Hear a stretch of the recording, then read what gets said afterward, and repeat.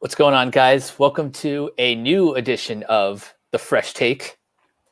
I'm your host, Mike. In case you haven't seen this before, this is where we share a movie or TV show that one of us loves and the other either hasn't seen before or just hasn't seen in a long time.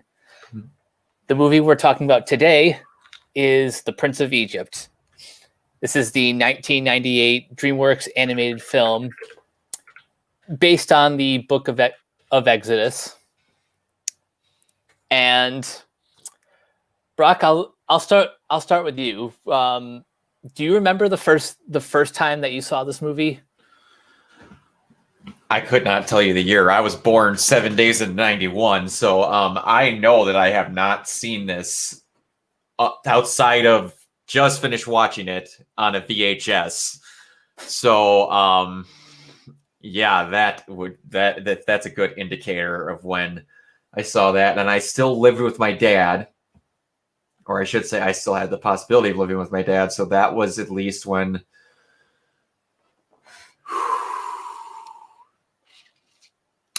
oh man, it probably was right when it came out, because this came out in 98 and divorce happened when I was in elementary school. Yeah, so like elementary school years, I think, was the last time that I saw it. Oh wow! So long time ago. So it's been a minute then. Mm-hmm. Been a couple, but this is going to seem really awkward. Two things before we talk about the actual movie that I found fascinating. Three actually. One. Wow, Amazon, do you need to work and fire whoever subtitled this movie? Oh, Amazon subtitles are the worst. Like, the spacing is just bad. Like, certain words are clumped together. I've never watched anything subtitled on Amazon until just now because I'm becoming an old man and I almost watch everything subtitled. Wow, it's terrible. Two, this cast is ridiculous. Oh, very. And three, there would be a media shitstorm if that same cast was cast to do this movie today. Yep. Because it be mighty white. Yeah. Pretty much everyone in this cast, outside of Danny Glover. Yeah, outside of Danny Glover, are either American or British actors. Yeah. That hit me real hard as I was watching this. So you have Val Kilmer as Moses. You have Ralph Fiennes as Pharaoh Ramses II. You have Michelle Pfeiffer as Zipporah. Sandra Bullock as Miriam. Mm-hmm. Fucking Jeff Goldblum as Aaron. That one I didn't remember at all. His voice came around. I'm like, Jeff Goldblum's in this movie?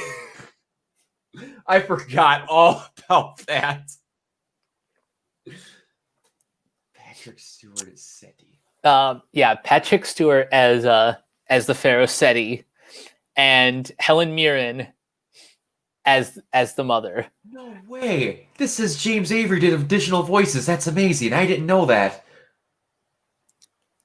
Huh? I love James Avery.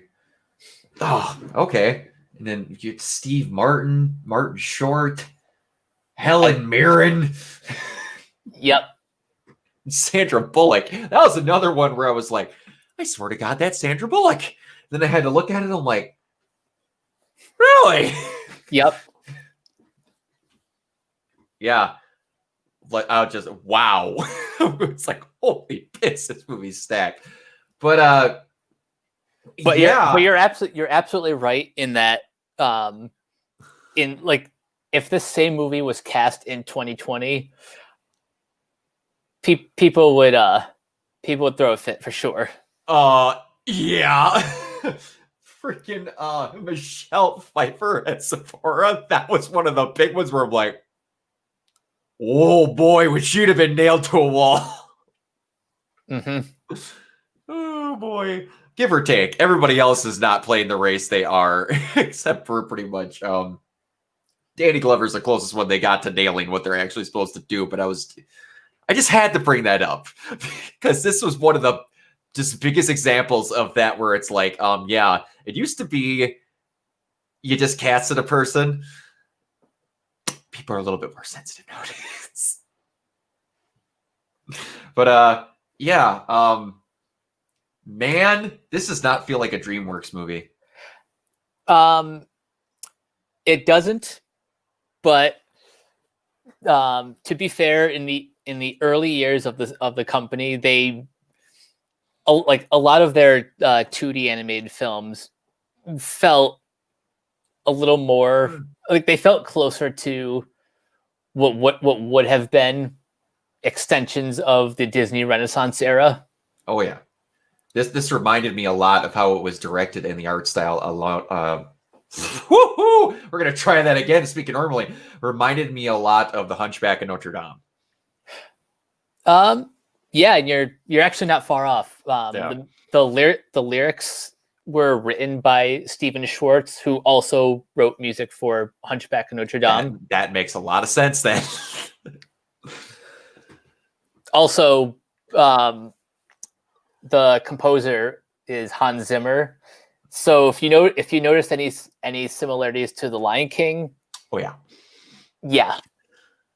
Oh man, like oh, now it's escaping me. The very first song that they play as they're exiting out onto the desert. Deliver Us. Yeah, I was just like, oh boy, that was a chant. And it reminded me a lot of gosh dang it. Now I can't even think of it. It's the very last song they sing in Lion King.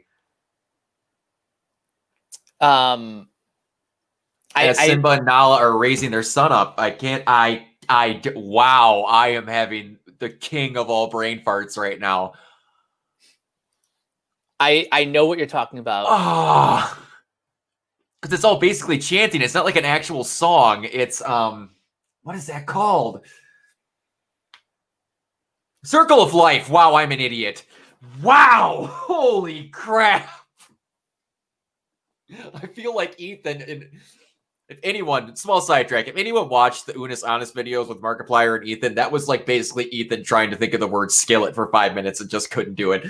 But yeah, they're definitely, yeah, I could tell. That is, it was hitting a lot of cylinders. This is basically like mid-90s Disney, where it's like, it's kind of like now how, or at least it was for a little bit a few years ago, where Disney movies seemed like Pixar movies and Pixar movies seemed like Disney movies.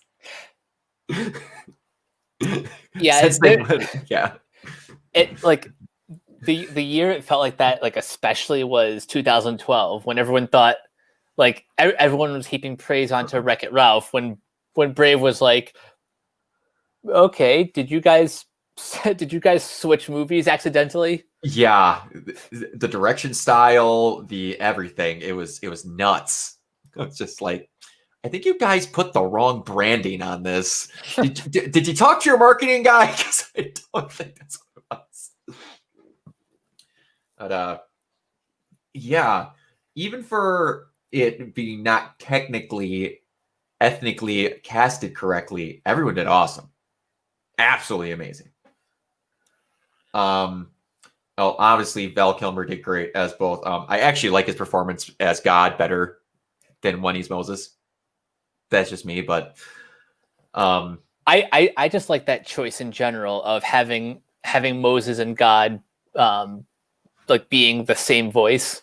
Yeah, and there's enough tonal switch to where, like, you obviously you can tell it's him, but there's enough tonal switch kind of where like when Conroy throws his voice as Batman and Bruce Wayne, like, you can tell because you're not the person in the situation, but they do just enough to where if someone had not known or listened to that person for forever, that they could get fooled a little just with the like changing in his voices. Val Kilmer should have did more voice work. He really should have. He was really, really good in this. Ugh, my one disappointment, and I'll admit that I learned this later, is that he never got to sing his own like his own songs. Shut up! I was just about to say he did so good. Who sang it? His name is Amick Byram. He's a sessions artist from Los Angeles, and he's worked on films like Shrek, Aladdin, Beauty and the Beast, mostly doing like providing the singing voice for actors. Yeah, well, he did a damn good job because he had me fooled. I seriously thought that was Kilmer. Wow. Okay. Yeah. I really don't.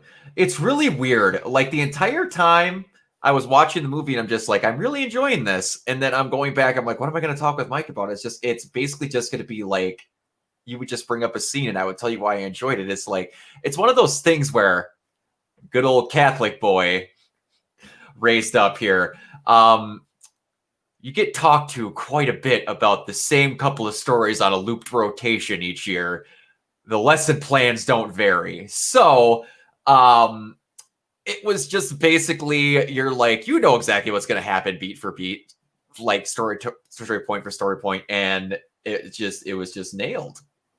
Like to the nth degree. It was perfect. I liked the actual representations. All the visual representations they have for everything were just awesome. Favorite being the just kind of like the wisp of God when he was going through or passing through the houses to go through, and then all you saw to put a light on it and obviously keep it PG-13 was just like exhalation of breath was the caption, like just breath taken away. The subtlety and everything. They didn't hammer you over the head with certain things. Like certain things felt like they were, but it's basically just like, you've heard this 1,000 times. So when someone shows you it in a picture form, it's going to feel like you're beating you over the head when realistically they're just showing you the scene. But they were very articulate with everything they did. I was blown away. I did not remember at all what the water effects in animation looked like at the end of this movie. Holy crap, did those look good. I had a feeling we'd be talking about this. It looked amazing from second one and going through. Just the ripples and the waves when it was constant, and then when they went up, like the small blips of like light that would pass through in the waves when you would see like the sea life when they went through. Every time I see that, like I talk about Prince of Egypt a lot, like on social media. So when I'm searching for GIFs of the movie, like one of the most common ones that comes up is that shot of the whale and the sea life passing through the ocean. Yeah, that was who directed this?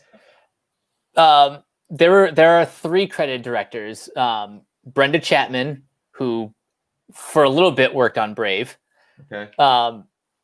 Steve Hickner and Simon Wells. Why does Steve Hickner sound familiar?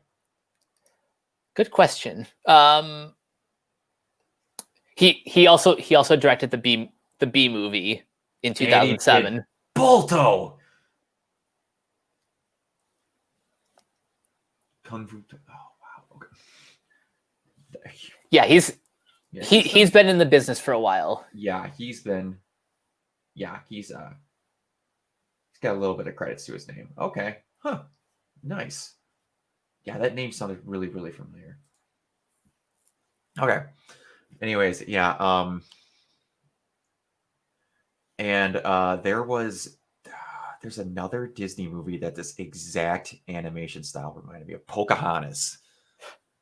Yeah, I can kind of see that with the way they animated the eyes. With the eyes and specifically like the bridges of their noses. Like Moses's was exactly like the head pilgrim, the bigger one with the dark skin. Can't think of his name. James? Could be. But like the bridge of the nose, like where it's that real blocky shape, that was a big thing that was in the animation around then. But yeah, Wow, that could have fooled me. If you would have not put the DreamWorks Animation logo in front of this, which also, by the way, man, I know it's basically the same thing now, but that old DreamWorks logo, so good. I do miss that old logo. Mm-hmm. Like, I don't get me wrong, I like the other like the newer variations, but that classic logo was just perfect. Yes, it was. So, I'm just trying to think here. Like, again, I would just gush over animation stuff in every scene. Was there specific parts you wanted to speak about, or? Well, that's what I'm gonna ask. I'm gonna ask you because this is a musical. I'll ask. Do you have a favorite musical number? I know we spoke a little bit about the intro, Deliver Us. Yeah, which is probably one of the like the best ways to kick off this story. Oh, absolutely. And man, you're gonna have to remind, because I'm going over it in my head here, but I think my favorite, just because of how catchy it was when you're gonna have to remember their names. I believe it was Seti and How, I believe it is, the two little the articulators for Ramesses when they went through all the names of the Egyptian gods. Like, I think that one's my favorite. It's just it's snappy, it's simple, it just goes. And the best part of it is the setup. He's like, all right, brother, we will tell you our answer. And then they just bust into this Broadway number about all the Egyptian gods. This song is called Playing with the Big Boys. Yes. And admittedly, it's my least favorite song on this soundtrack, but I love it in the context of the film because it's like to the audience, it's plainly obvious that Hotep and Hoi are con men. They're Hotep and Hoi, sorry. Yes. They're they're like they have this like showmanship to them, but to the people, like they see him as actual magicians, like they see them as magic wielders. Yeah. When we all know it's all when the audience is aware that it's all smoke and mirrors. Yeah, especially with the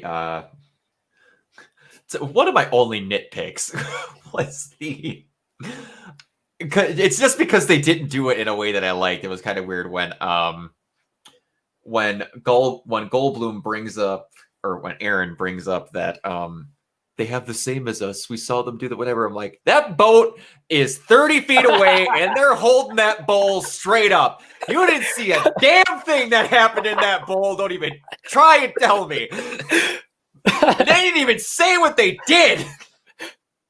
You just threw some food coloring in that thing and you fell for it. That was the one where I was like, you didn't see anything. Where I was like, that was the one point. This movie is masterfully crafted, but that was the one point where I'm like, are you kidding me? I love nitpicking moments like that. It's the one and only one. It's like, what? And that's purely direction. Like, if they would have just like held it sideways, they could have saw it. They would have been like, oh, it's blood. He did whatever. And then it's like, or if they were just like closer to the shore, but you were right. They're pushed way the hell that. That was the only point that kind of took me out of it for a couple of seconds. I'm like, pardon me? But yeah, no, that was, they're very much the con men, and to the point of where it's like they even diminish great things. Like when he turns the river into blood, he turned the whole river into blood. They just threw food coloring in a bowl to make it look like they did it with a bowl of water. And they're just like, they just did what you did. I'm like, you guys are that downtrodden? Like, come on. That's one thing. He did all of that. It's just like it fully illustrates just like how much it's been pounded into their heads that they're not anything special and all that. So it gets the point across. It really does. That just like they look at the smallest, tiniest hint of doubt, and it kicks their hopes in the garbage. So it does technically make sense. And I'm not hoying that part. Like I just said, it was just the delivery. But yeah, all the music in it was good. And it's like, if I would probably have watched it, had a better memory, I would be able to recall like point breakdowns and all that stuff. But like the very first song, that when Moses gets to like Meridian and all that go dancing through, just like, man, like, I can't think of who it is, but one of my favorite characters in the movie is I don't even know if she's listed on IMDb as a character. Zephora's, I believe it's her little sister. Oh, I can't remember her name in the film, but I know who you're talking about. The one that keeps asking Moses to dance. I thought that was just really cute. And to come sit by him and all that. Yeah, that was really awesome. I really like that. And you see people like anytime you go to like a big family event or something, there's always those like those kids who just kind of latch on to you. Yep. There's always the one person they think is really cool. Be like, come sit by me. Everybody will think I'm cool. That's also just something that I've always loved about this movie, that like it's a pretty straightforward adaptation of the book of Exodus, but what sets this apart from even the Ten Commandments is how it feels more intimate. Like at the end of the day, the story really is about the relationship between two brothers. Yep. It focuses a lot more on that versus the actual like trials of the Hebrew people and that whole journey. They very much slated it behind Ralph Fiennes and Val Kilmer's performances as those two brothers, which was a good choice, because you definitely get it to go across. And like the moment when they're in the temple that last time, right before the plagues come, or like right after the plagues come, actually, I'm sorry, and they're talking about switching the heads on the gods, and like they were really close to like actually having a conversation, and all his son has to come in and do and be like, isn't that the guy that ruined everything? And he just flips on a dime. Just like, you guys had 5 more minutes. You were getting somewhere, but no.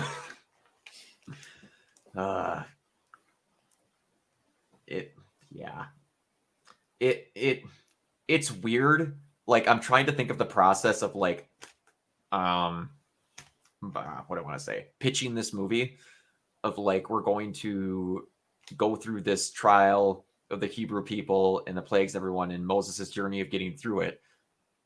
But that's a side story, pretty much. It's kind of weird.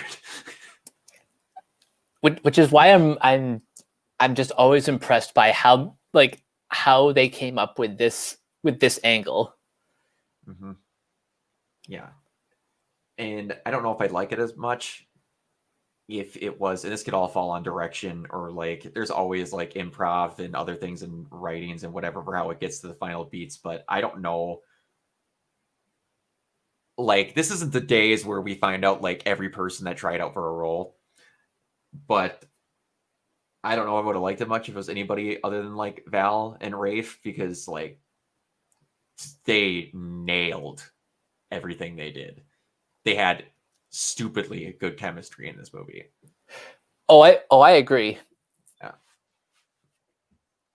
Yeah. And yeah, just again, it's just gonna turn into me gushing about stuff, but I don't want every fresh takes to turn into that. But it was it's good from head to toe. Like I said, I barely remembered it because I watched it so long ago, and I am normally not a big musical person. Like I like music and when it's involved in stuff, but I normally basically unless it's animated films, I don't really care too much for things like that. I'm not like triggered to go watch like Les Miserables or things like that, but like this was something I would watch again. This was very well handled and yeah, it takes a lot for me to get into something that's a musical. So it got me, and that's saying something.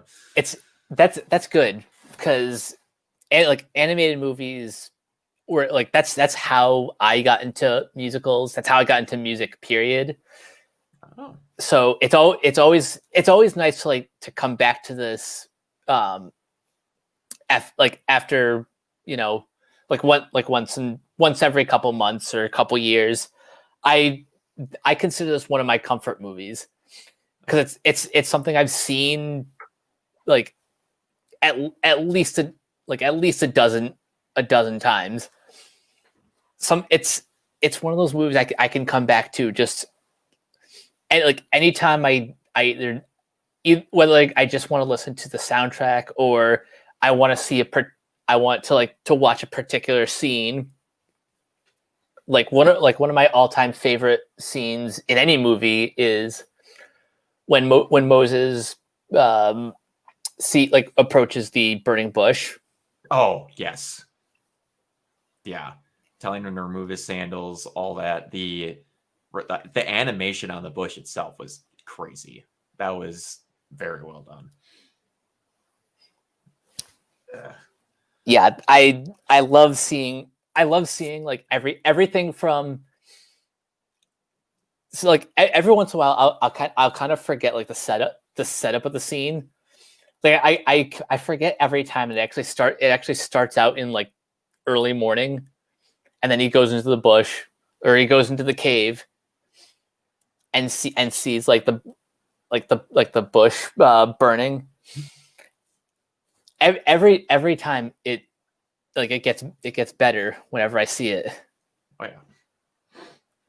Yeah, the again with like them representing God with that pure like wispy white light, and especially exemplifies exactly when you first see it because he's got that whitish type of flame that's in the bush. It's really well done, and that whole scene is handled awesomely. It's like that's not also in my opinion what like it's a what I want to say, contrary to what almost every other representation of what the burning bush looks like. Normally, it is just basically a bush on fire. It's not some ethereal, like magic looking white flame that is emitting from what actually looks more like a cut. It's a very unique take on it, and I appreciate it. Yeah, I've never really understood why they call it the burning bush. I mean, yeah, it's obviously burning in other interpretations, but this is the most different visual representation. Oh yeah, absolutely. And it almost makes me want to like I am going to be when this airs, I'll be in about 2 weeks going down to visit my second family, which is my youth pastor, his wife, and his kids. Normally go down there a couple of times a year to visit them. And I kind of want to ask him what his opinion on it is of like that representation because most of what, like I said, every single Bible book, anything you'll ever read that has representation looks nothing at all like this. And it's not really ever in a cave. It's just on a mountainside in a wide open area in the dark of night so it can exemplify the flame. But yeah, it was very, very well done. Give or take, it's obviously for showmanship, but still, someone had to come up and be like, we should do a white ethereal light that does not burn anything Not even the bush that is technically burning but isn't. Yeah, that was a nice touch too. Yeah. Like he puts his staff in the bush, nothing. His hand it's just light. Yep. They kind of what it instantly reminded me of, and it's really weird. There was a scene in Supernatural when Castiel, or this guy, I believe his name it's something Novak. I can't remember exactly what the guy's name is, but Castiel is honing in on this guy to take him as a vessel, and like to prove his faith in God, he has to put his hand into like absolutely scalding, burning hot water, and he just lifts it out and he like basically waves it the exact same way that Moses does, and then like it just drips off of him. And I thought of that instantly. I was just like, that is very common, like God test, like in any of these movies where it's like show your faith and like your faith that you will not be harmed as long as you believe in all this and like have your faith in me. And it wasn't delivered that way. He just did that. Like he didn't get told to. He just did. Mm-hmm. Yeah.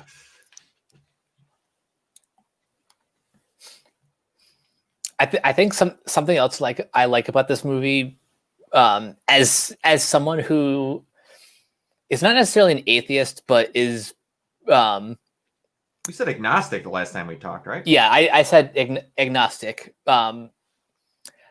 This is by far one of the best faith-based films. Oh yeah, because it's not. It walks this really fine line between, between just telling a simple story, and it's not really preaching a message, so much as it's just retelling a story from the Old Testament. It is, and it's not exactly. It's a weird way to say it's not preaching a biblical message, but it is preaching a message to not be a horrible person. Like it's like it took a biblical story and then used it as a lesson overall, versus, like you said, they took a religious tone and then used it to tell something else, which is not common. Yeah. Like it's a very fine line that they walk. Mm-hmm. Like you don't have to be of any particular faith to enjoy this movie. No. But it does help if you were raised, like I think I've talked before that I was raised both Catholic and Jewish, and I still celebrate both holidays. So I'm pretty well versed in the story. Yeah, I would say you got a good run around there. I got the main part. Mom was Catholic, dad was Lutheran, and then I ended up being Baptist. So I got basically a good chunk of the whole story from the main three on that side of it. But yeah.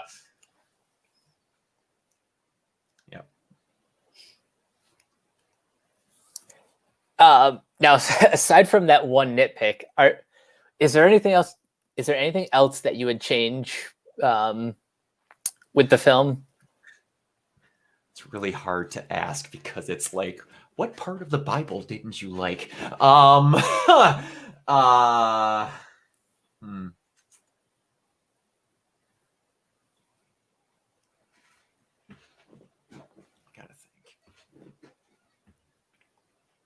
This was an hour and a 30-minute film. I could have actually done with, like, the part that always fascinates me is when they mention all the plagues and stuff that they go through. And that was one part that was kind of just like, bad things happened, and then we like went on to the next scene. I wouldn't have minded a couple of scenes where people actually got to notice like this stuff starting to happen and a little bit more questioning towards Ramesses, where you're like, why aren't you listening to him? Like, we never really got a people coming to their senses a bit of like, just listen to the dude. We never got one of those moments where it's like, in this situation, someone eventually would have went, do you not see locusts?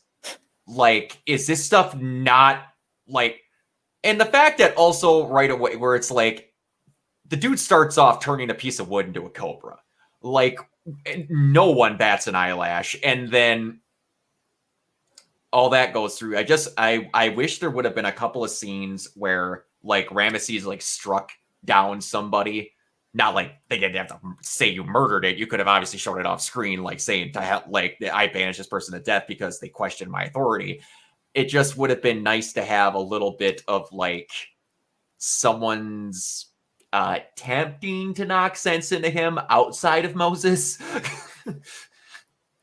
But I hear what you're saying. That's really it. Like they did exactly what they needed to do. They did it in an excellent fashion. And I have to say this in a way that I can. When I say a perfect movie, it's different from when I say a movie was done perfectly in the way that it needed to be. Like, to me, a perfect movie in my head will just show that one of my movies that was perfect is Deadpool. I can't think of a way that they represented it that was wrong. That movie is perfect. And then there's movies to me that obviously there's some stuff that's a little bit weird. Like my favorite movie of all time is Cool Runnings. Always has been, always will be. And to me, that movie was done perfectly. They had a story to tell, and they told it in the exact way that they needed to. Could they have done some stuff differently? Yes. Could some things be improved? Yes. But I think how it was handled was perfect in the way that they could and how they could at that time. So I think that in how they wanted to make this movie, they did it in basically the most perfect way that they could. It's not a perfect movie, but I think it was done in probably the most perfect way that they could. If you get, I don't know if that makes sense, but I hear what you're saying, and I honestly kind of agree. Like this is my favorite movie of all time. Yeah. But I freely admit that it's not quite the best animated movie of all time. There are things that when viewed through a 2020 lens could have been improved, but for 1998 in the environment that this movie was made in, I think it's the perfect version of, let's take the book of Exodus and translate it in a way that's palatable for a general audience. Yeah, exactly. You explained it a lot better than what I was. Yeah, that is pretty much what I was going for. Yeah, I really wouldn't, other than like the bowl. Yeah, that's pretty much it. Just a little bit of questioning. Other than that, like, no, they did everything exactly how.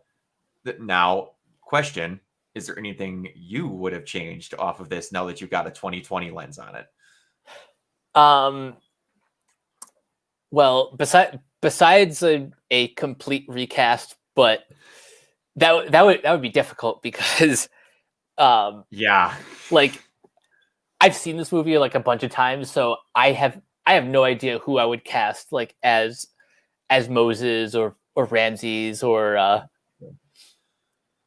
anyone else. One thing I might change. I probably would have like I would have either toned down the humor, like completely axe Hotep and Hoi, okay,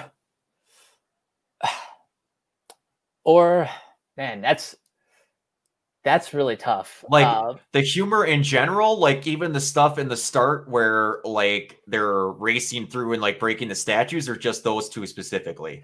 Maybe just those two, because like in the beginning you kind of need like the jovial nature of Ramses and Moses, to show that they're brothers, and they, like, they're mischievous, but they care about each other.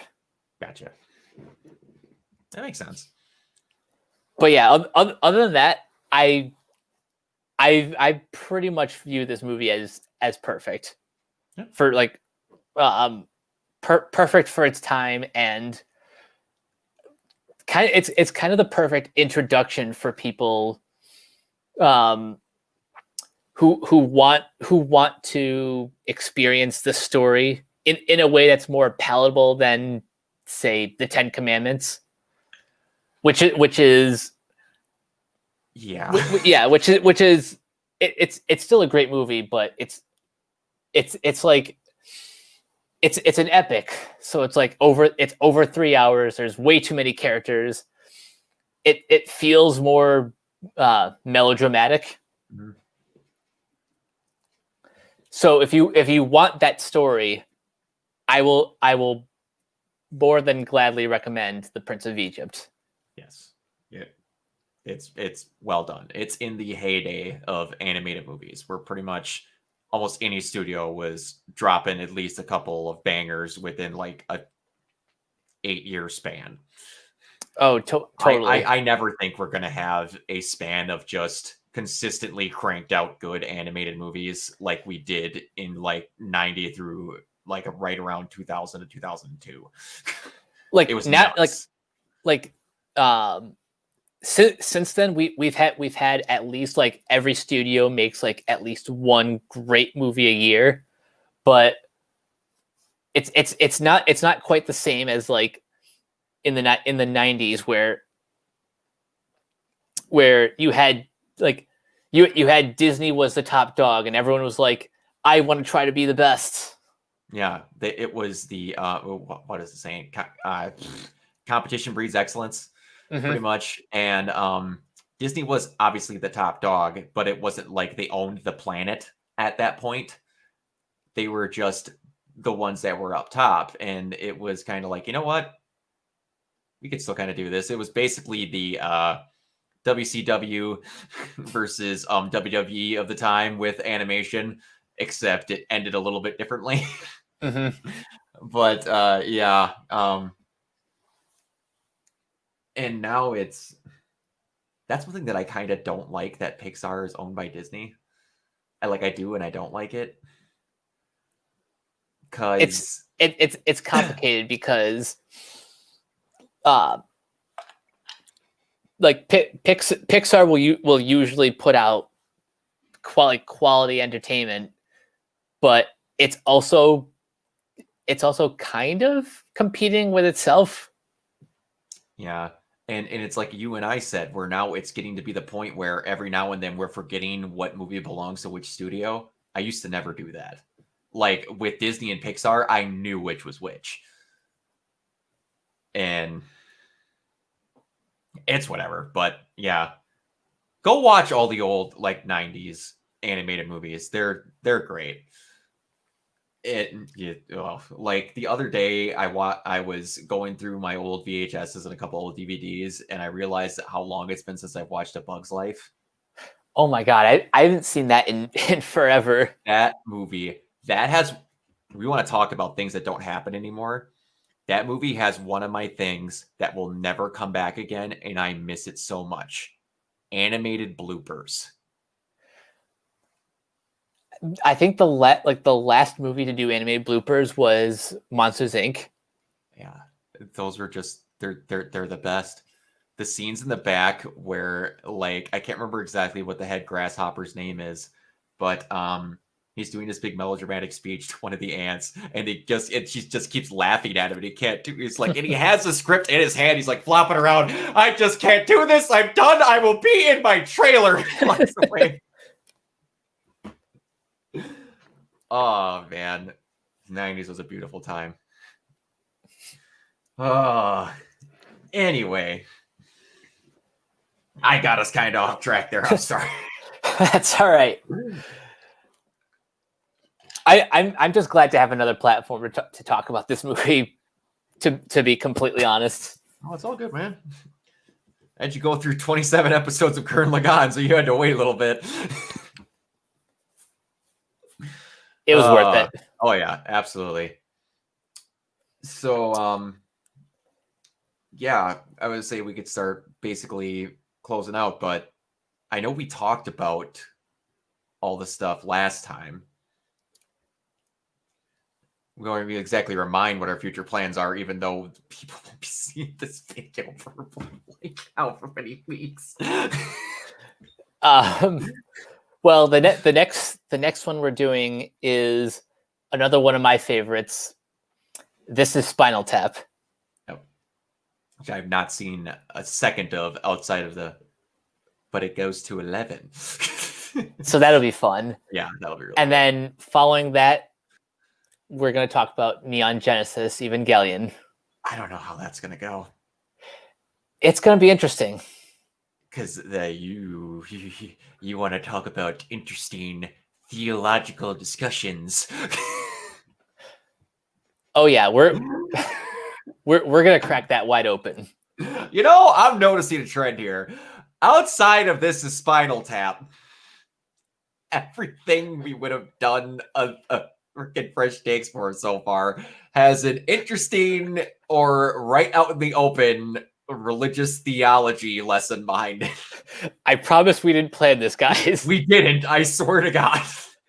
Swear on my soul, that was not the idea. Because trust me, I've talked with Mike behind the scenes about the other three options of what we might do after this, and none of them got nothing to do with religious overtones. Well, one of them does, but it's not anything to do with actual religion. It's trying to make himself one, and it's something really different because he don't get what it means. But I'll let you think about that at home because I'm not going to say it. But if you say it in the comments and you're correct, I'll tell you. I'll be very impressed. Yeah. This is your baby, Mike, so I'll let you close it how you want. All right. Before we go, any final thoughts?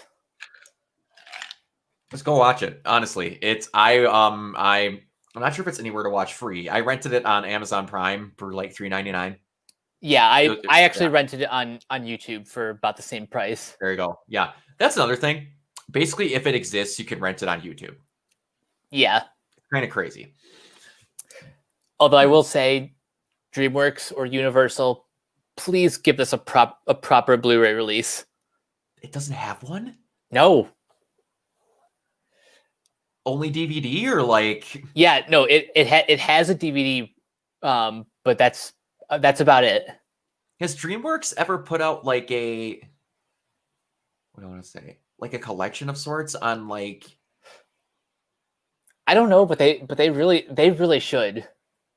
I got a gold mine waiting there. I don't know why they wouldn't. I hope they do something like that for their 30th anniversary. How long is that?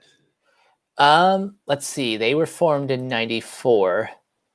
So 30 years will be like 2024. Wow. Holy crap. Yikes. But yeah, that's a topic for another day. For now, you guys can find me on Twitter and Instagram at Captain K42. You can check out my quick thought reviews on letterboxd.com/Coach K42. Find me in all the various Facebook groups, just at my name. Check out Renegade Pop Culture on Facebook and Twitter at Ren Pop Culture. Check out all our podcasts on Anchor, Spotify, Apple, wherever you listen. And check out renegadepopculture.com. Need an escape? So do we. Brock, where can everyone find you? You can find me at Organoid0 everywhere. This YouTube channel and on Twitch, where I'm finally going to be start streaming off of that big old beast of a computer modem sitting over there. And I'm going to try and make a bet with myself for when this comes out. I think I'll probably be streaming Outriders when this video comes out. We will see. But yeah, basically Twitch is where you're going to find me the most. Might try streaming on Facebook now that I got a better internet connection. Used to have 40 up. Now I have 400. Fiber's great. Nice. So we shouldn't have any issues like that ever again. Well, that'll do it for this episode of Fresh Takes. We will catch you guys later. Peace. Peace.